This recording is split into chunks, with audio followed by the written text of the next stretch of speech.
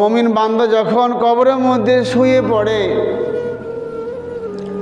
শুয়ে পড়ার পর ফেরেশতা আসে, মুনকার নাকির ফেরেশতা আসে। আসার পর তাকে প্রশ্ন করে, মান রব্বুকা, এই বান্দা তোমার রবকে তুমি বলো। যদি মুমিন বান্দা হয় তো বলবে রব্বি আল্লাহ, আমার রব হলো আল্লাহ।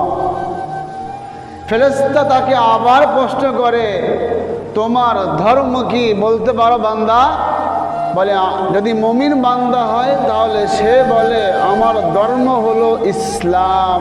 ইন্নাদ-দীনা ইনদাল্লাহিল ইসলাম, আল্লাহর মনোনীত নির্বাচিত ধর্ম হলো ইসলাম। ফেরেশতা তাকে আবার প্রশ্ন করে,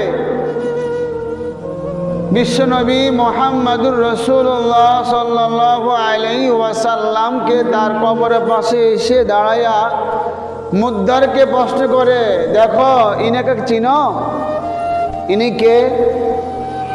যদি মুমিন বান্দা হয় তাহলে বলবে ইনি হলো মুহাম্মদুর রাসূলুল্লাহ সাল্লাল্লাহু আলাইহি ওয়াসাল্লাম। ফেরেশতা আবার প্রশ্ন করবে, তুমি এই জ্ঞান, এই এলেম তুমি কোত্থেকে পাইলা? তুমি কোত্থেকে শিখলা যে তোমার রব আল্লাহ, তোমার ধর্ম হলো ইসলাম, তোমার নবী হলো মুহাম্মদুর রাসূলুল্লাহ সাল্লাল্লাহু আলাইহি ওয়াসাল্লাম? তুমি এই বিদ্যা কোথায় পাইলা?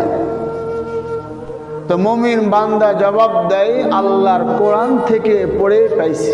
সুবহানাল্লাহ, আল্লাহর কোরআন পড়ছি, তার থেকে পাইছি রব আল্লাহ, ধর্ম ইসলাম, নবী মুহাম্মদুর রাসূলুল্লাহ সাল্লাল্লাহু আলাইহি ওয়াসাল্লাম সমস্ত নবীদের সরদার।